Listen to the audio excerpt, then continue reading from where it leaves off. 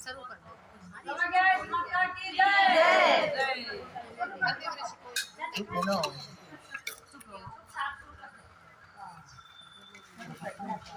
बोलो ग्यारस माता की। कुंती पुत्र धर्मराज युधिष्ठिर बोले कि भगवान अब आप मुझे श्रावण मास के कृष्ण पक्ष की एकादशी की सविस्तार कथा सुनाइए।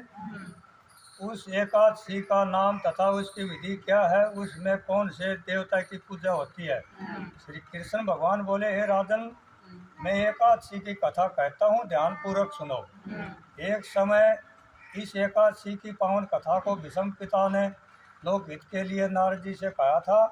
एक समय नारद जी ने पूछा कि पिता, आज मेरी श्रावण माह के कृष्ण पक्ष के एकादशी की कथा सुनने की इच्छा है, अतः अब आप एकादशी की व्रत कथा विधि सहित सुनाइए। भीष्म पिता नारद जी के वचनों को सुनकर बोले, हे नारद जी, आपने मुझसे यह अत्यंत सुंदर प्रश्न किया है, अब आप ध्यान लगाकर सुनिए। श्रावण माह के कृष्ण पक्ष की एकादशी का नाम कामदा है। इस एकादशी की कथा के सुनने मात्र से ही वाजपेयी यज्ञ का फल मिलता है। कामदा एकादशी के व्रत में शंख चक्र गदाधारी विष्णु भगवान की पूजा की जाती है। जो मनुष्य इस एकादशी को धूप दीप नैवेद्य आदि से भगवान विष्णु की पूजा करते हैं, उन्हें गंगा स्नान के फल से भी बड़ा फल मिलता है। यही फल सूर्य चंद्र ग्रहण केदार और कुरुक्षेत्र में स्नान करने से मिलता है। श्री विष्णु भगवान के पूजन का फल समुद्र और वन सहित पृथ्वी दान करने और सिंह राशि वालों को गोदावरी नदी में स्नान के फल से भी अधिक होता है। वैतिपात में गंडक नदी में स्नान करने से जो फल मिलता है, वह फल भगवान की पूजा करने से मिल जाता है। भगवान की पूजा का फल श्रावण मास के कृष्ण पक्ष की एकादशी के फल के बराबर अंत में भक्ति पूर्वक भगवान की पूजा न बनने सके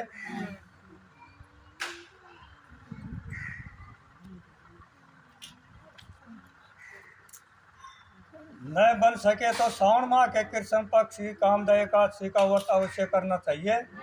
आभूषण से युक्त बछड़ा सहित गोदान करने से जो फल मिलता है, वह फल कामदा एकादशी के व्रत से मिल जाता है।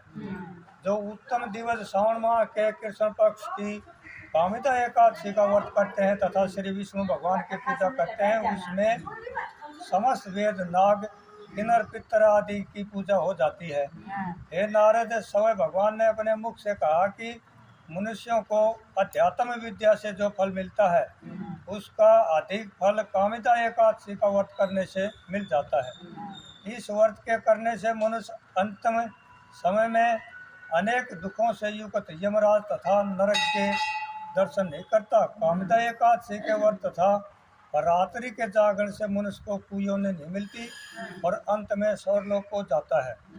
जो उत्तम मनुष्य श्रावण माह के कृष्ण पक्ष की कामिदा एकादशी को तुलसी से भक्ति पूर्वक श्री विष्णु भगवान की पूजा करते हैं, वे इस संसार सागर में रहते हुए भी इससे इस प्रकार अलग रहते हैं जिस प्रकार कमल जल में रहता हुआ भी जल से अलग रहता है। भगवान की तुलसी दल से पूजा करने का फल एक भार श्रवण और 4 भार चांदी के दान के फल के बराबर है। श्री विष्णु भगवान रतन मोती मणि आभूषण आदि की अपेक्षा तुलसी दल से अधिक प्रसन्न होते हैं। जो मनुष्य भगवान की तुलसी दल से पूजा करते हैं, उनके समस्त पाप नष्ट हो जाते हैं। यह नारद में समय भगवान की अत्यंत प्रिय श्री तुलसी जी को नमस्कार करता हूँ। तुलसी जी के दर्शन मात्र से ही मनुष्य के समस्त पाप नष्ट हो जाते हैं और शरीर के स्पर्श मात्र से मनुष्य पवित्र हो जाता है। तुलसी जी को जल से स्नान कराने से मनुष्य की समस्त यातनाएं नष्ट हो जाती हैं। जो मनुष्य तुलसी जी को भक्ति पूर्वक भगवान के चरण कमलों में अर्पित करता है, उसे मुक्ति मिलती है। जो मनुष्य एकादशी के दिन भगवान के सामने दीप जलाते हैं, उनके पितर स्वर्गलोक में सुधा का पान करते हैं। जो मनुष्य भगवान के सामने घी या तिल के तेल का दीपक जलाते हैं, उनको सूर्यलोक में भी सहस्त्रों दीपकों का प्रकाश मिलता है। इस व्रत के करने से ब्रह्म हत्या ब्राह्मण हत्या आदि सभी के पाप नष्ट हो जाते हैं और इस लोक में सुख भोग कर अंत में विष्णु लोक को जाते हैं। इस कामिदा एकादशी के महत्व के श्रवण और पठन से मनुष्य स्वर्गलोक को जाते हैं। बोले ग्यारस माता की जय। उत्पन्ना उत्पन्ना मोक्षदा मोक्षदा सफला सफला उत्तरदा उत्तरदा षटतिला षटतिला जया जया विद्या विद्या अमल अमल पापमोचनी पापमोचनी कामदा कामदा वर्तनी वर्तनी मोहनी मोहिनी अपरा अपरा निर्जला निर्जला योगनी योगिनी देवसनी देवसनी कामदा कामदा उत्तरदा उत्तरदा आजा आजा परिवर्तनी परिवर्तनी इंद्रा इंद्रा काशाकुशा काशाकुशा रमा रमा देवध्यान देवध्यान बंदनी बंदनी परमा परमा बोलो कृष्ण भगवान की जय। ग्यारस माता की जय। शंकर भोला की जय।